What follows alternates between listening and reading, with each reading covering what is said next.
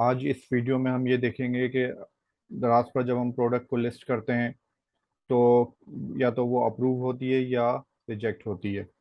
तो रिजेक्ट होने की क्या क्या वजूहात हो सकती हैं, किस वजह से वो रिजेक्ट होती है। जब भी कोई प्रोडक्ट रिजेक्ट होती है तो दराज उसका एक रीज़न देता है। तो वो रीजंस क्या क्या होते हैं, तो हम उन रीजंस को देखेंगे। उससे पहले हम एक फ्लो चार्ट देख लेते हैं अपनी अंडरस्टैंडिंग के लिए कि जब हम प्रोडक्ट को सबमिट करते हैं तो उसके बाद क्या प्रोसेसेस होते हैं।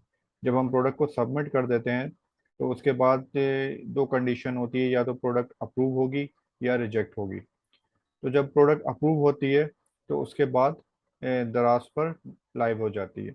लेकिन जब प्रोडक्ट रिजेक्ट होती है तो क्या होता है कि वो जिस वजह से भी रिजेक्ट होती है, दराज उसका जो हमें रीजंस है वो बता देता है।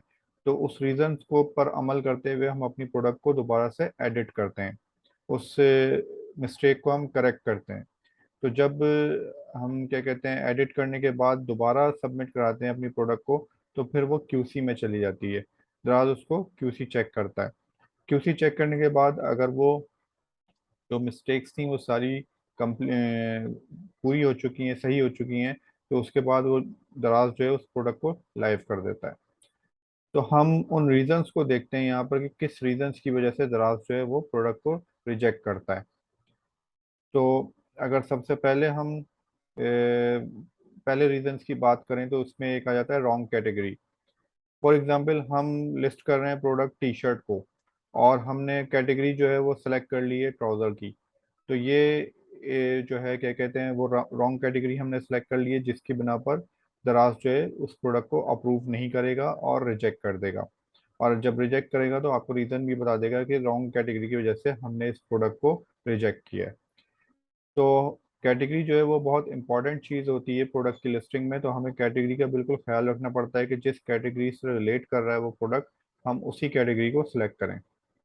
इसके बाद जो सेकंड चीज़ है वो एडिशनल इमेजेस रिक्वायर्ड। अब दराज की जो रिक्वायरमेंट होती है वो कम से कम 3 इमेजेस की होती है कि आपने 3 इमेजेस अपलोड करने हैं।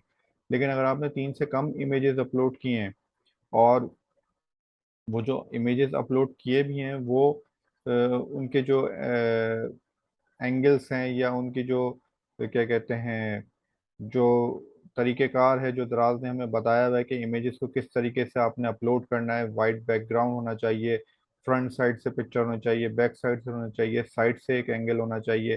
तो अगर वो सारी चीज़ें कंप्लायंस नहीं कर रही हैं तो फिर क्या होता है कि दराज जो है वो प्रोडक्ट को रिजेक्ट कर देता है। तो हमें इमेजेस का भी ख्याल रखना पड़ता है कि ऐसा ना हो कि 3 से कम इमेजेस हों, और अगर 3 इमेजेस हमने दिए हैं, अपलोड किए हैं, तो वो भी दराज के जो रूल्स हैं उसके मुताबिक हमने अपलोड करने हैं। इसके बाद जो एक रीज़न होता है वो है इनकरेक्ट ब्रांड नेम। मतलब आपने कोई ब्रांड नेम गलत सेलेक्ट कर लिया है, किसी और का ब्रांड नेम सेलेक्ट कर लिया है, किसी कॉपीराइट वाले का ब्रांड नेम सेलेक्ट कर लिया है। तो आपने कोई ऐसा ब्रांड नेम सेलेक्ट कर लिया है जो कि आपके स्टोर से रजिस्टर्ड नहीं हुआ हुआ। तो उस सूरत में भी प्रोडक्ट को रिजेक्ट कर दिया जाएगा, क्योंकि अगर आप ब्रांड नेम गलत सेलेक्ट कर रहे होंगे तो जिस बंदे का वो ब्रांड नेम होगा उसके नाम से आपकी प्रोडक्ट आ रही होगी, जो कि प्रोहिबिटेड है दराज के लिहाज से। तो इसलिए ये भी जो है वो रिजेक्ट हो जाएगी। What is in the box missing. अच्छा, जब हम प्रोडक्ट को ऐड करते हैं तो एक ऑप्शन हमारे पास आता है कि what is in the box. मतलब आप वहाँ पे लिखते हैं कि इसके अंदर एक टी शर्ट है, या एक वॉलेट है, या एक मोबाइल है।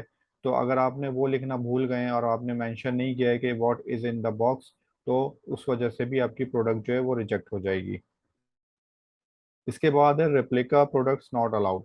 अगर आपकी प्रोडक्ट जो है वो किसी ब्रांड की रेप्लिका है तो आप उस प्रोडक्ट को दराज पर सेल नहीं कर सकते। तो रेप्लिका प्रोडक्ट्स जो है वो दराज पर अलाउ नहीं है, चाहे वो किसी भी ब्रांड की रेप्लिका हो। तो इस बात का हमें ख्याल रखना पड़ता है कि हम रेप्लिका प्रोडक्ट की सेल ना करें, क्योंकि वो प्रोडक्ट जो है वो अप्रूव नहीं होगी।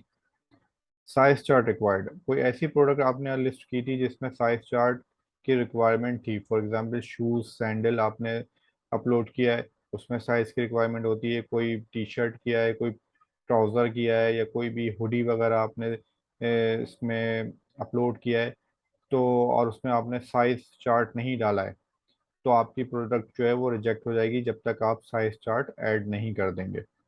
इसी तरीके से इनसफिशिएंट इंफॉर्मेशन है। अगर आप जो कोई प्रोडक्ट लिस्ट कर रहे हैं और उसकी इन्फॉर्मेशन आपने पूरी नहीं दी है, आपकी इन्फॉर्मेशन से पता नहीं चल रहा कि ये प्रोडक्ट की क्या डिस्क्रिप्शन है, तो वो प्रोडक्ट भी जो है रिजेक्ट कर दी जाएगी। तो आपने इन्फॉर्मेशन जो है वो पूरी डालनी होती है, चाहे वो डिटेल इन्फॉर्मेशन हो, चाहे वो शॉर्ट इन्फॉर्मेशन हो।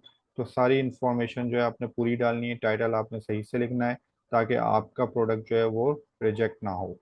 इसके बाद प्रोहिबिटेड प्रोडक्ट्स होते हैं, कुछ प्रोडक्ट्स ऐसे हैं जो दराज अलाउ नहीं करता है उनको सेल करने के लिए। वो प्रोहिबिटेड प्रोडक्ट्स की जो एक लिस्ट है पूरी, वो मैं आप लोगों को बाद में दिखाऊंगा। तो वो प्रोडक्ट्स भी आप, अगर आपने लिस्ट कर दी है तो दराज उसको अप्रूव नहीं करेगा।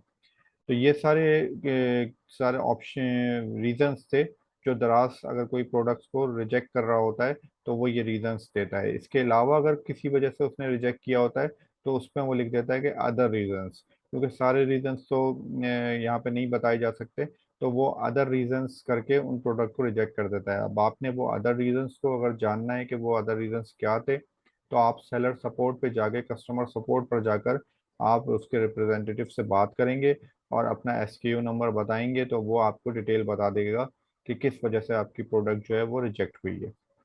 तो ये एक इंफॉर्मेशन थी जो मैं आपको लोगों को देना चाहता था, ताकि आपको पता हो कि आप जो प्रोडक्ट लिस्ट कर रहे हैं वो अगर रिजेक्ट होगी तो किन वजूहत की वजह से रिजेक्ट हो सकती है। Thank you.